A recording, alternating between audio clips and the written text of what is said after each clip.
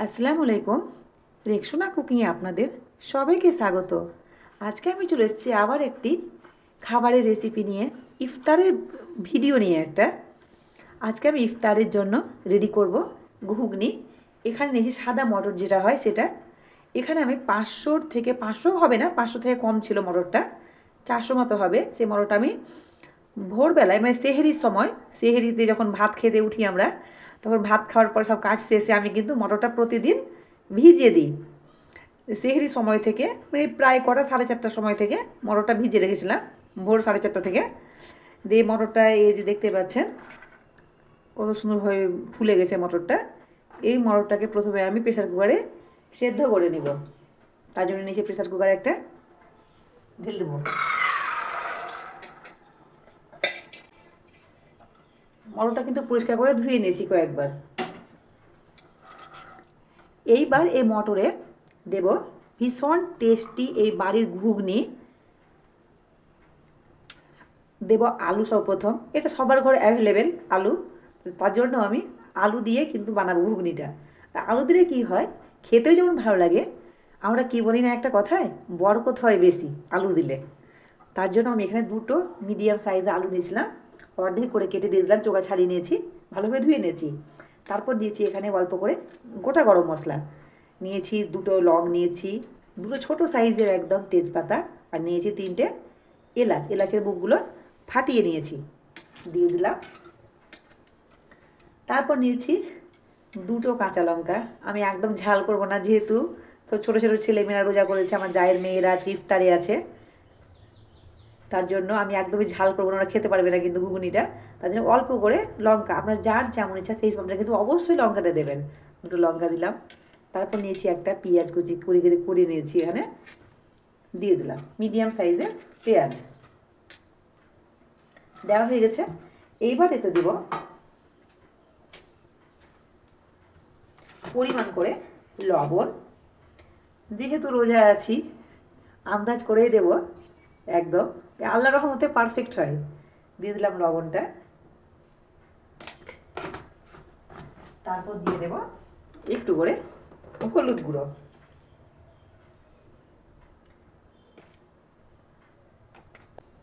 আর দেব একটা ছোট সাইজের টমেটো কুচি করে দিয়েছি, দিয়ে দিলাম। এইবার পরিমাণ করে পানি দিয়ে এটাকে সিটি দিয়ে নেব। এবার নিয়ে নিয়েছি পানি, এখানে পরিমাণ করে, যাতে মানে মটরগুলো ডুবে থাকে সেই হিসেবে কিন্তু পানিটা আমি দেব, একটু দেব। এই ঘুগনি যদি না হয় রোজার দিনে কিন্তু একদমই ফাঁকা ফাঁকা লাগে, অত্যন্ত পছন্দ করে সবাই ঘুগনিটা ইফতারিতে। এবার ঢাকা দিয়ে দিলাম, গ্যাস জ্বালিয়ে দেবো, 3টা সিটি দিয়ে দেবো। আপনারা হয়তো ভাববেন ঘুগনিতে 3টা সিটি কী করে সম্ভব। অবশ্যই এই মটরগুলো এত তাড়াতাড়ি সেদ্ধ হচ্ছে কি বলবো, তার জন্য 3টা সিটিতেই কিন্তু পারফেক্ট হবে। আপনাদের আমি অবশ্যই দেখাবো 3টে সিটি দেওয়ার পরে। ফিরে আসছি 3টে সিটির পরে। প্রেসার কুকারে 3টে সিটি দেওয়া হয়ে গেছে আমার। যতক্ষণ ভাপটা বসছে, ভাপটা কিন্তু ছেড়ে দেব না, ততক্ষণে আমি রেডি করব পেঁয়াজি। পেঁয়াজির জন্য আমি এখানে পেঁয়াজ কেটে নিয়েছি বেশ কিছুটা। এইবার এই পেঁয়াজটাকে ভালোভাবে সব রকম মশলা দিয়ে মাখবো। তার জন্য প্রথমে দিয়ে দেবো পেঁয়াজি করার জন্য এখানে নিয়েছি বেসন। এটা পরিমাণ করে কিন্তু লাগবে, যতটা পেঁয়াজ সেই হিসেব করে কিন্তু বেসনটা লাগবে। দিয়ে দিলাম বেসন।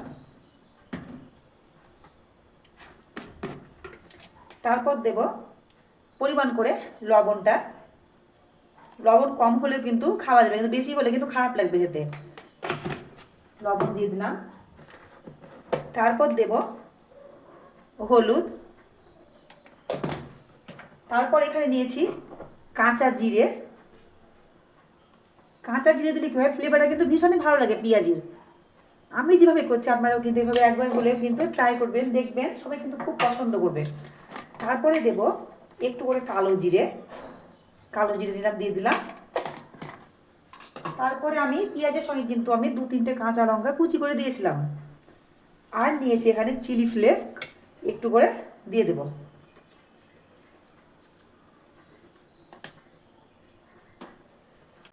এইবার ভালোভাবে পেঁয়াজের সঙ্গে বেসনটা মেশাবো।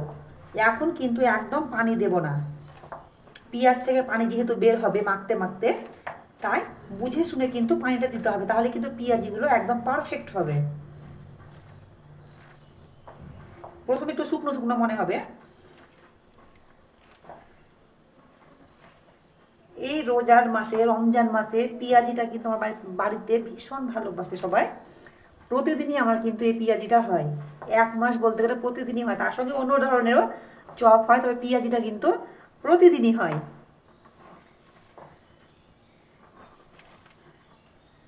দেখতে পাচ্ছেন কতটা শুকনো ছিল, এখন কিন্তু ভেজা ভেজা হয়ে গেছে। এটা আরেকটু যদি মাখি তাহলে কিন্তু আরেকটু ভেজা ভেজা হয়ে যাবে, পানি ছেটা লাগবে একটু করে। এইবার আমি একটু করে একদম পানি দিলাম, ভালোভাবে মাখবো আবার। আর কিন্তু পানি লাগবে না, এইটুকুই পানি লাগবে। সবার সঙ্গে একসাথে ইফতার করার মজাটাই কিন্তু আলাদা। খাটনি হয় রমজান মাসে, তবে খাটনির থেকে বেশি আনন্দটাই হয় বেশি।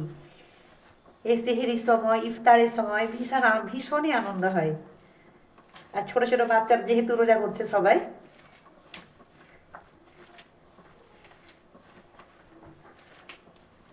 এই দেখুন কত সুন্দর হয়ে গেছে মাখা। সামান্য পানি দিয়েছি, মানে বোতলের ঢাকনাতে এক ঢাকনাও হবে না। এই এবার দেখবো পেঁয়াজি মতো শেপ আসছে কিনা, তাহলে বোঝা যাবে পারফেক্ট কিনা। এই দেখুন গোল করবো প্রথমে, এই দেখুন কত সুন্দর পেঁয়াজি শেপ আসছে। তার মানে আমার এটা একদম কিন্তু রেডি, মানে পারফেক্ট হয়েছে মাখাটা। এটা রেখে দেবো সাইডে। পেঁয়াজটা মাখা হয়ে গেছে, রেখে দিলাম, এটা একদম রেডি পেঁয়াজি করার জন্য। এবার আমি রেডি করে নেব সামাই। আমার জায়ের মেয়েরা ওরা সামাই খাবে, ওদের ভীষণই পছন্দ ইফতারে সামাই খাবার। তার জন্য এখানে আমি নিয়েছি 500 গ্রাম, 500 ml সরি, লিকুইড দুধ নিয়েছি। আর নিয়েছি একটা এই যে এই সামাই। এটাকে প্রথমে সামাইটাকে ভাজবো, তারপরে দুধের সঙ্গে রান্না করব। তার জন্য প্রথমে আমি দুধটা গরম করে নেব। দুধ গরম করে একটা হাঁড়ি বসিয়ে দিয়েছি।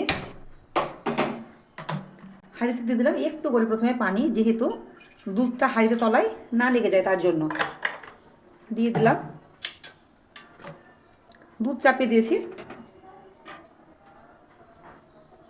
দুধ গরম হয়ে গেছে, আমি এবার সামাইটা রান্না করব। তার জন্য একটা কড়াই বসিয়ে দিলাম। এই কড়াইয়ে দিয়ে দেবো প্রথমে একটু করে ঘি।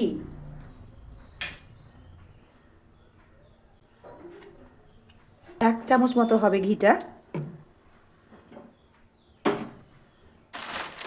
এবার সামাইটা দিয়ে দিলাম, হালকা লাল করে সামাইটাকে ভাজবো। ভীষণই সহজ এই সামাইটা করা, খেতে কিন্তু খুব ভালো লাগে দুধ দিয়ে।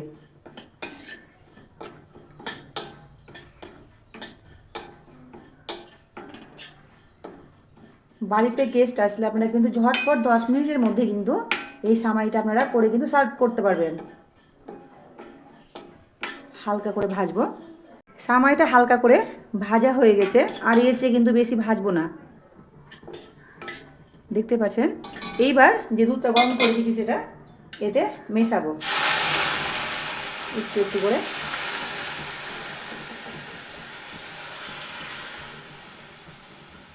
একবারে দুধটা দেবো না, আবার একটু পরে মেশাবো। এই সামাইটা আমি কিন্তু লো ফ্লেমে করব, একদম লো ফ্লেমে করার জন্য সামাইটা কিন্তু ভীষণ টেস্টি হবে। আর এই সময় আমি কিন্তু শরবতটা, লেবুর শরবত করব আর বেলের শরবত করব। 2 রকম শরবতটা আমি এর মাঝে কিন্তু রেডি করব। ফুটে উঠবে, গ্যাসের ফ্লেমটা আমি হাই করে দিলাম। ফুটে উঠলে আমি কিন্তু গ্যাসের ফ্লেমটা একদম লো করে দেব। এই যে ফুটতে লেগেছে সামাইটা, দেখতে পাচ্ছেন আপনারা, ফুটে উঠেছে সামাইটা। এইবার গ্যাসের ফ্লেমটা একদম লো করে দেব। লো করে দিলাম, আস্তে আস্তে করে ফুটবে, সামাইটা ব্যাপক লাগবে খেতে। সামাইটা যতক্ষণ হচ্ছে ততক্ষণে আমি চিনির শরবতটা মানে লেবুর যে শরবতটা করবো সেটা রেডি করে নেব। লেবু শরবত বানানোর জন্য প্রথমে আমি পানি নিয়েছি হাঁড়িতে করে, একটু বেশি নিয়েছি যেহেতু অনেকজন ইফতার করবো আমরা। তারপর এখানে দিয়ে দিলাম চিনি। যে যেমন মিষ্টি খেতে পছন্দ করেন সেই হিসেবে আপনারা অবশ্যই কিন্তু চিনিটা মেশাবেন। এখানে দিয়ে দিলাম। এইবার এই চিনি মেশানো পানিটা আমি কিন্তু রেখে দেবো 10 মিনিটের জন্য, চিনিটা যাতে গলে যায়। এইবার আমি রেডি করব বেলের শরবতটা। এখানে আমি নিয়েছি একটা বেল, জানি না ভালো হবে কি না, ভেঙে দেখি।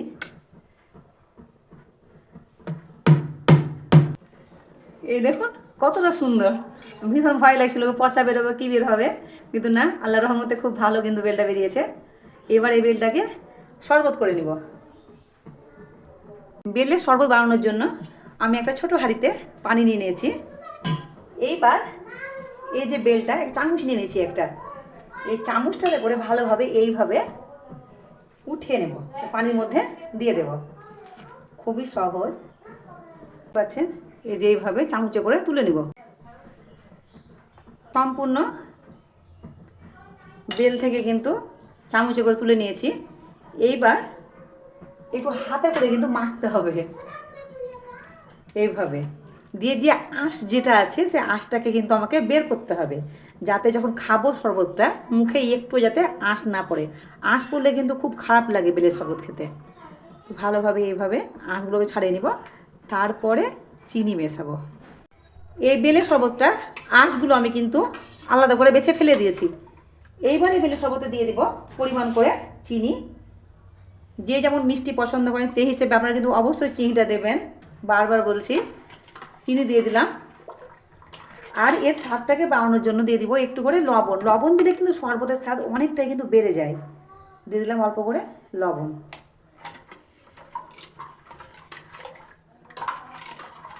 তাহলে এই বেলের শরবতটা আমার একদম কিন্তু রেডি। এইবার যে লেবুর শরবতটা সেটা রেডি করতে আছে আমার। চিনি ভিজিয়ে রেখেছিলাম, চিনিগুলো গলে গেছে। এদিকে আমার সামাই রান্না হয়ে গেছে। এই দেখুন কতটা সুন্দর হয়েছে দেখুন। আর একটু কিন্তু ঠান্ডা হলে একটু জমবে সামাইটা। এইবার এখানেও দিয়ে দেবো, লেবুর শরবতও দিয়ে দেবো অল্প করে লবণ। তারপর নিয়েছি আমি এখানে কাগজি লেবু দুটো নিয়েছি, চিপে ভালোভাবে লেবুগুলোকে দিয়ে দেবো।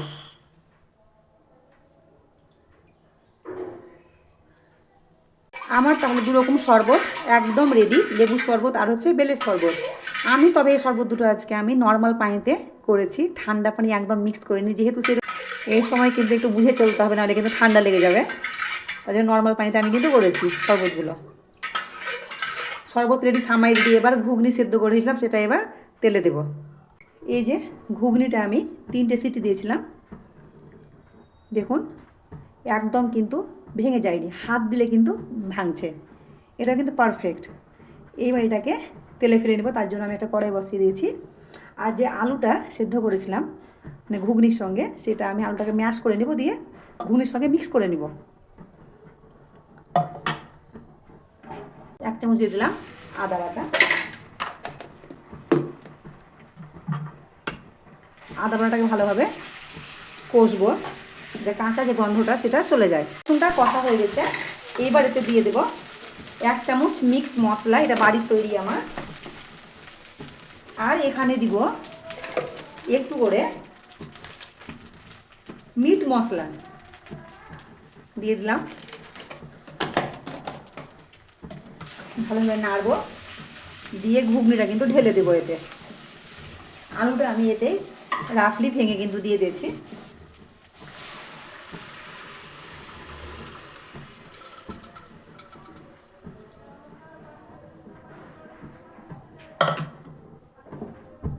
গ্যাসের ফ্লেমটা হাইতে করে দিলাম, ভালোভাবে একটু ফুটিয়ে নেব ঘুগনিটাকে। ঘুগনিটা ফুটে উঠেছে। এবার সব শেষে দিয়ে দিব আমি নিয়েছি এখানে কাসুরি মেথি, হাতে একটু ক্রাশ করে দিয়ে দিব। এটা দেওয়ার জন্য স্বাদটা কিন্তু অনেকটাই আরও বেড়ে যাবে।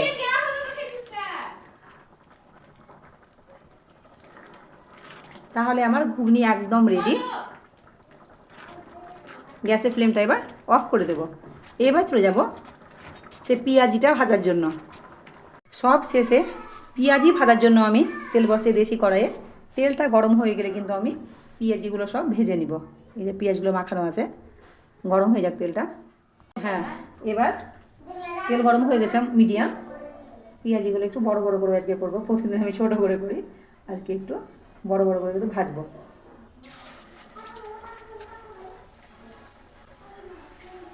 এই যে এইভাবে করে একটু বড় বড় করে ভাজবো।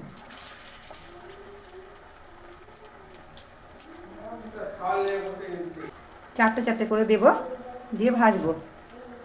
একদিক হয়ে গেছে, পেঁয়াজিগুলো লেগে গেছে, প্রথম যেহেতু দিয়েছি তার জন্য হালকা লেগে গেছে, ছেড়ে দিচ্ছে। এভাবে উল্টে দেব।